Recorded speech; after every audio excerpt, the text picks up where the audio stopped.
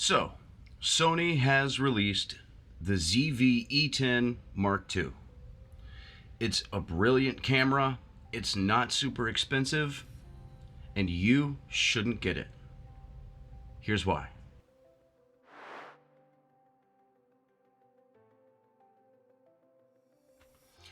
Back when the ZV E10 launched a few years ago, it was praised really widely for all of its features, everything it can do, the price point. I mean, it punches above its weight class for sure. ZV E10 Mark II has just come out a few days ago, and it does the same exact thing again. It's really not a question of, is the Mark II a better camera than the original?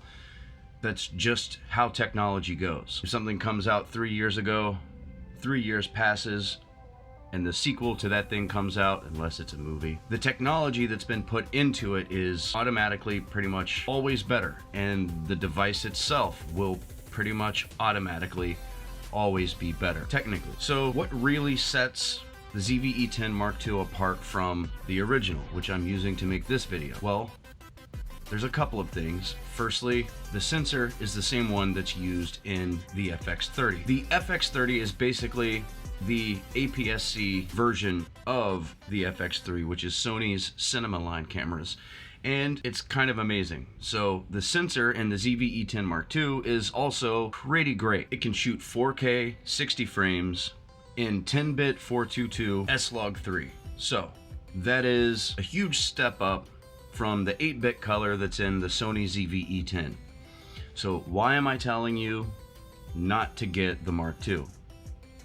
Well, if you're anything like me, the moment you learned it was out, you started looking up everything you could about it, started wishing you could get it, or started deciding to save up and get it or trade in your old camera. I used the ZV E10 Mark I, and immediately I was talking about, I'm gonna sell this thing for as much as I can get for it and just go out of pocket on the rest and get the ZV E10 Mark II. And then I started actually thinking about it, and I don't think I need it. You see, 8-bit color displays a range of 16.4 million colors, but 10-bit color can display a range of 1 billion colors. So that's a lot more than a lot. And what this does is, when you go in and you start color grading your footage, if you ever notice on some videos, like the sky, like a blue sky, and it looks like there's like lines in the sky where you can see the different shades of blue and where each one ends and the next one begins. That's because it was probably 8-bit color. With 10-bit,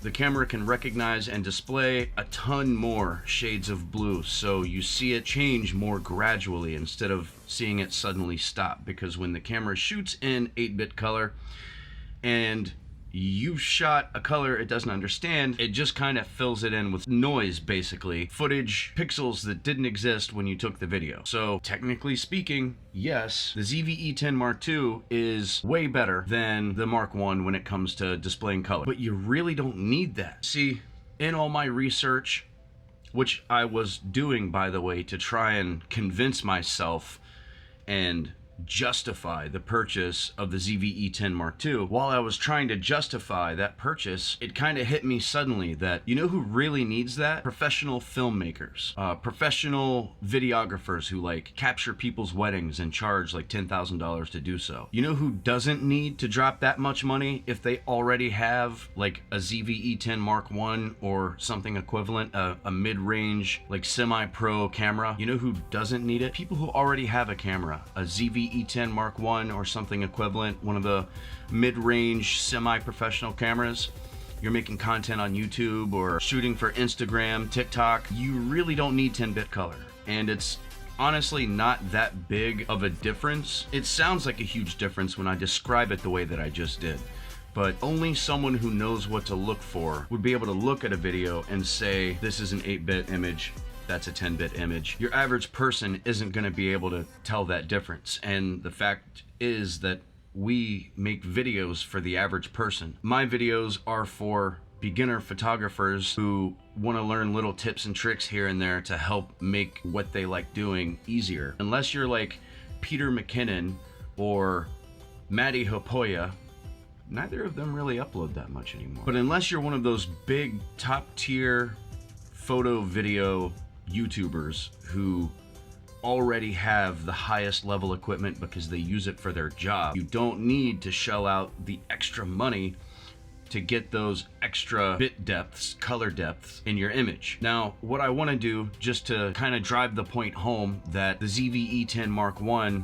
still punches above its weight, is take a few shots and show you the detail, the picture quality, and what this little camera can do. If you already have a camera that has come out within the past 4 or 5 years, that camera is good enough. You don't have to get rid of it or throw down another $1,400 for another camera and lens. All cameras that were made within the past few years are going to be good enough, and hopefully this little montage of clips I take here in a few minutes will prove that to you.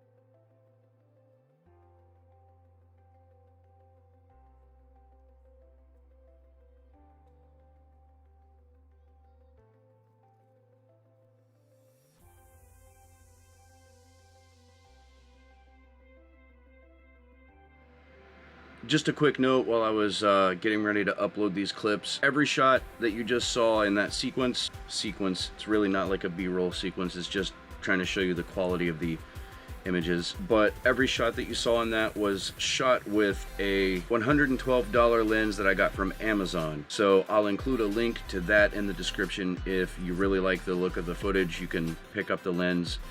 It's like a 1.2 50mm. It's really inexpensive and really a pretty fantastic lens, so I'll leave a link to that in the description. So I appreciate you watching. See you in the next one.